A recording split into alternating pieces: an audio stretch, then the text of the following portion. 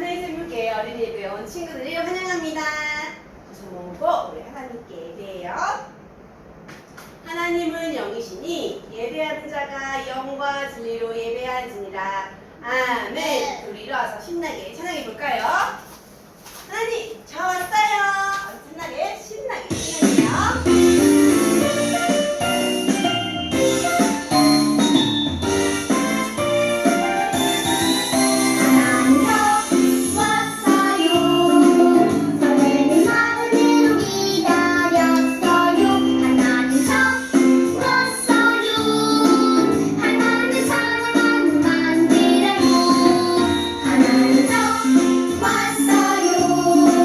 설레는 마음으로 기다렸어요.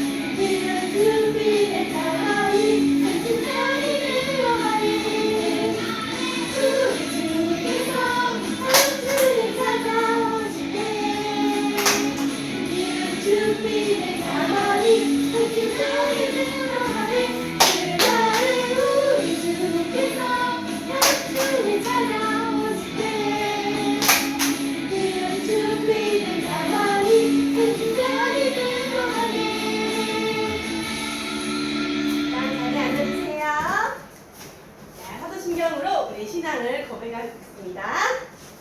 저모고 나는 전능하신 아버지 하나님 천지 창조주를 믿습니다. 나는 그의 유일하신 아들 우리 주 예수 그리스도를 믿습니다. 그는 성령으로 잉태되어 동육녀 마리아에게서 나시고 본디오 빌라도에게 고난을 받아 십자가에 못 박혀 죽으시고 장사된 뒤 사흘 만에 죽은 자 가운데서 다시 살아나셨으며 하늘에 오르시어 전능하신 아버지 하나님 우편에 앉아 계시다가 거기로부터 살아있는 자와 죽은 자를 심판하러 오십니다. 나는 성령을 믿으며 거룩한 공교회와 성도의 교제와 죄를 용서받는 것과 몸의 부활과 영생을 믿습니다. 기도하겠습니다. 매일매일 우리를 인도하시는 하나님 감사합니다. 7월 첫째 주 예배 자리에 나오게 하셔서 정말 감사합니다.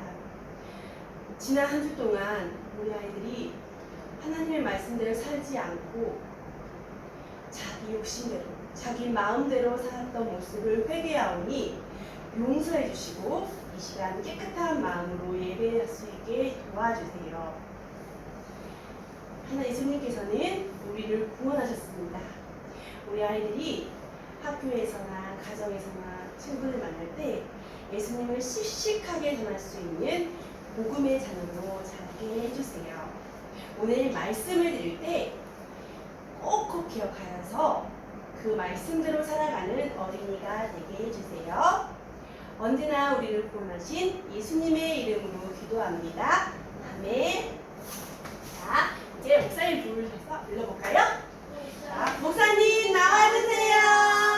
네, 반가워요. 오늘 7월 첫 번째 주 오늘 말씀이죠. 오늘 또 좀 더 즐겁고 기쁘게 재밌고 그 다음 집중해서 오늘 말씀 보면 좋을 것 같은데 오늘 말씀의 제목은 읽어봅니다. 시작! 최고의 선물. 다시 한번 시작! 최고의 선물. 그래요.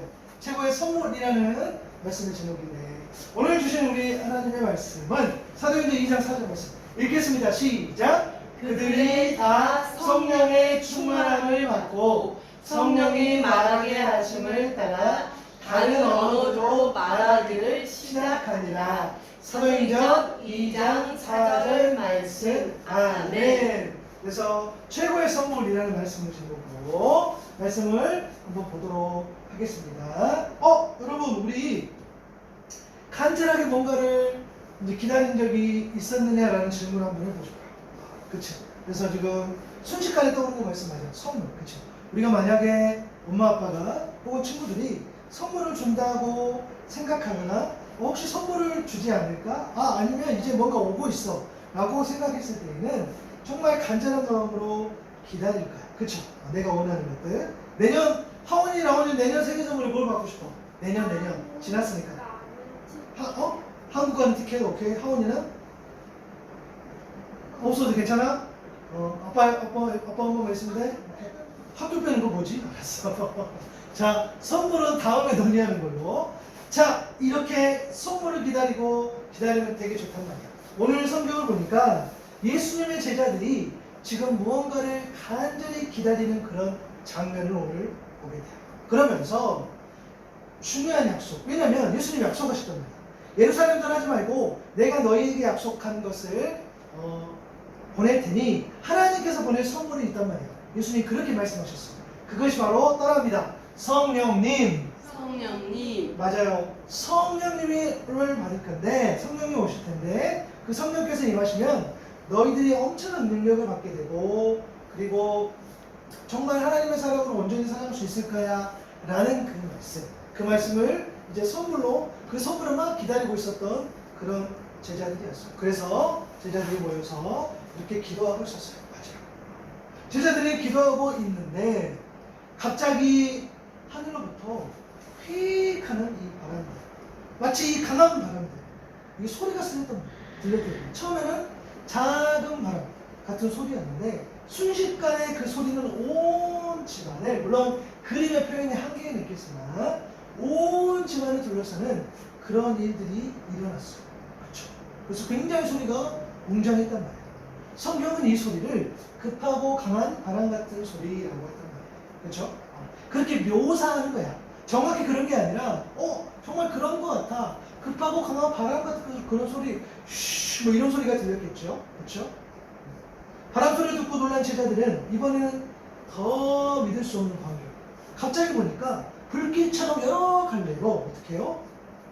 마치 갈라진 혀가 그 기도하고 있던 그런 모든 사람의 머리에 하나씩 마치 불구덩이 같은 불 같은 것들이 각 한 사람에게 임했던 거예요.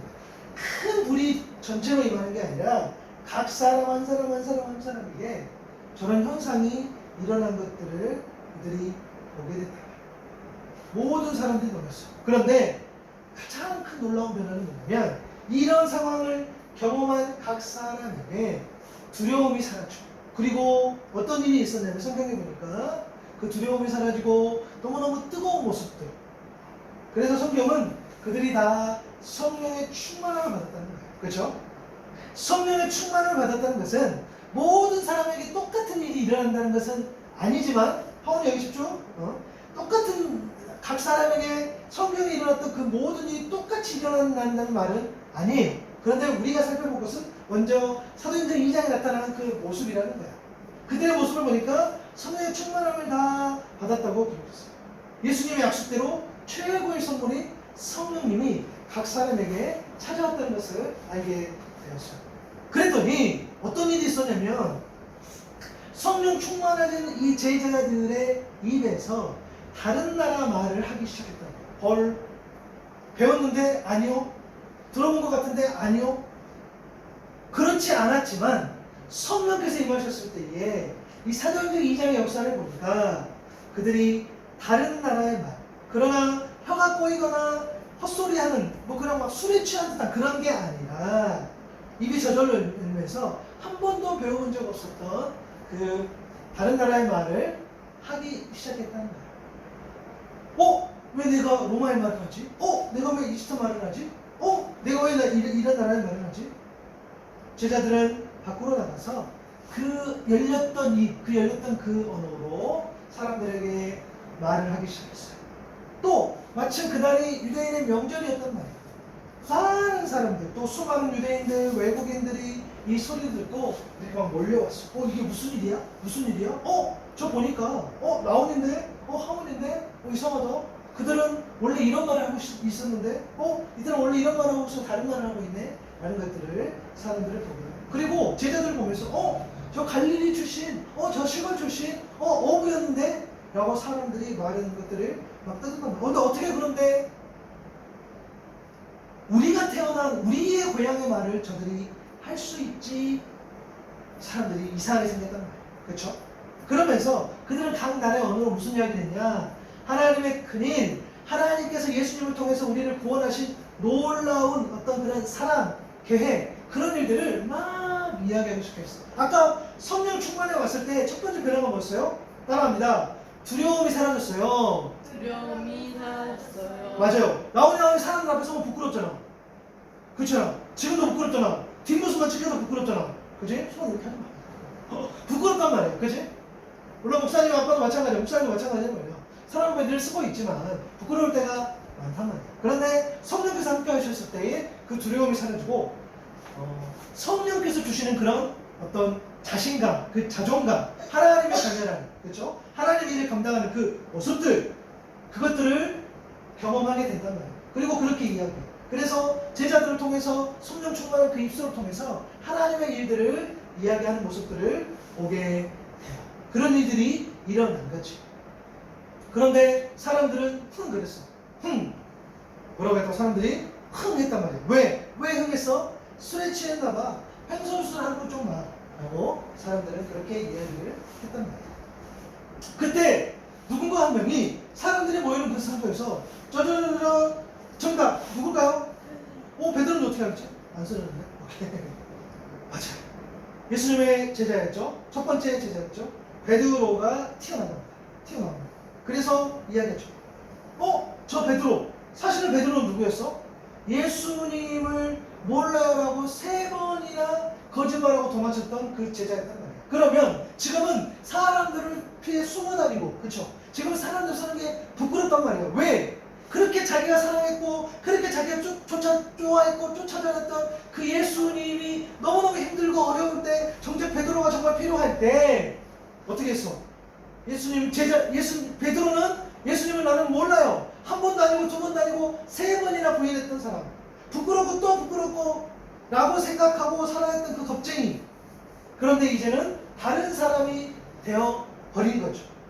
그는 원래 베드로였어. 그런데 다른 사람 어떻게 되어버렸어? 성령께서 그를 만져주셔. 그러면서 어떻게 해요? 그 두려움의 싹이, 그 두려움의 그 뿌리가 점점점 사라진 것들을 보게 돼요. 그러면서 유대인 여러분, 예루살렘에 사는 여러분, 내 말 좀 들어보십시오. 지금 아침 9시야. 지금 아침 9시라니까 우리의 모습은 술에 취한 것이 아니야. 밤이라면 그럴 수 있지만 아니라니까. 아침이라니까. 우리는 술주전 매기가 아니라 하나님의 약속이 이루어진 것을 지금 여러분들은 보는 거예요. 예수님 뭐라고 말씀하셨냐면, 마지막 날에 예수님 말씀하신 게 아니라 하나님 말씀에 내가 너에게 성령을 부어주겠다. 내가 영을 부어주겠다. 그때 너희 자녀들은 예언하고 청년들은 환상을 보고 노인들은 꿈을 꿀 것이다. 오늘 그것이 이곳에서 이루어졌다고 이야기. 여러분이 십자가에 못 박힌 그 예수께서 하나님께서 그 예수님을 하나님께서 다시 살리시고, 그래서 하늘에 오르시면서 약속하신 성령을 오늘 우리에게 부어주셨어요. 베드로의 목소리는 힘이 넘쳤고 눈빛에서 확실했습니다. 뭐 때문에? 따라합니다. 성령님 때문에. 성령 때문에. 맞아요. 자, 다시 이야기해볼까? 베드로는 겁쟁이여야 돼. 왜? 예수님을 3번이나 부인했거든. 그렇잖아요. 그런데 지금은 그 베드로가 성령의 충만함을 얻고 십자가에 못 박힌 그 예수님, 그리고 하늘에 오르셔서 성령을 보내주신 그 예수님, 하늘에 오르셔서 하나님의 우편에 앉아 계셔서 우리를 여전히 존귀하시는 그 예수님, 그죠? 그날에 이 설교를 듣고 사람들은 찔림이 오고 우리 3,000명이나 예수님을 믿고 세례를 받았다는 이야기가 바로 성경의 이야기라는 겁니다. 맞아요.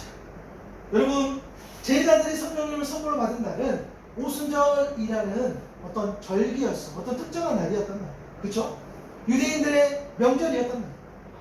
오순절은 구약시대에 하나님께서 모세를 통해서 말씀을 주셨던, 십계명을 주신 날이기도 해. 그런데 왜 하필 이 오순절 때 성령님을 보내주셨을까? 라는 것을 보면, 구약의 오순절이 어떻게 해요? 하나님의 이 말씀을 주셨다면, 신약의 오순절은 이 성령이 강림하신 이 날은 어떻게 해요? 그 말씀대로 이제 어떻게 해요? 살아내려는 거예요. 그렇죠? 이제 그 말씀대로 살아내셔. 성령을 주심으로써 그 말씀을 온전히 삶으로 실현내는 거예요. 그래서 땅 끝까지 이르러 내 증인이 되려는 그 말씀을 온전히 실천하는 삶으로 나아가는 거죠. 그래서 성령님을 주신 진짜 이유가 뭐냐고 생각했을 때는, 그것은 내가 능력받고 나 혼자서 뭔가 잘나고라고 아니라 그 성령의 충만함으로 이제 예수님의 제자의 삶으로, 증인의 삶으로 나아갔을 때예요. 라온이 할머니도 엄마 아빠도 우리가 원했던 것이 아니라 하나님의 그런 섭리 가운데, 하나님의 그런 그 돌보신 가운데에서 한국에서 또 베트남 또 하노이로 오게 되는 그런 모습을 봅니다. 우리의 사명이 있단 말이에요. 그렇죠? 하나님의 자녀로서 잘 살아가고 하나님 말씀을 전하는 그런 삶이 우리에게 가능한 말이에요. 그래서 아까도 이야기했으나 이것은 성경의 이야기. 그러면 라오나오니가 질문할 수 있어요. 우리에게도 이런 바람이 막 슈하는 일이 일어나요? 그래서 우리에게도 막 불이 일어나요? 그래서 우리에게도 막 우리가 배우지도 않는 그런 말들이 막 튀어나오기도 해요?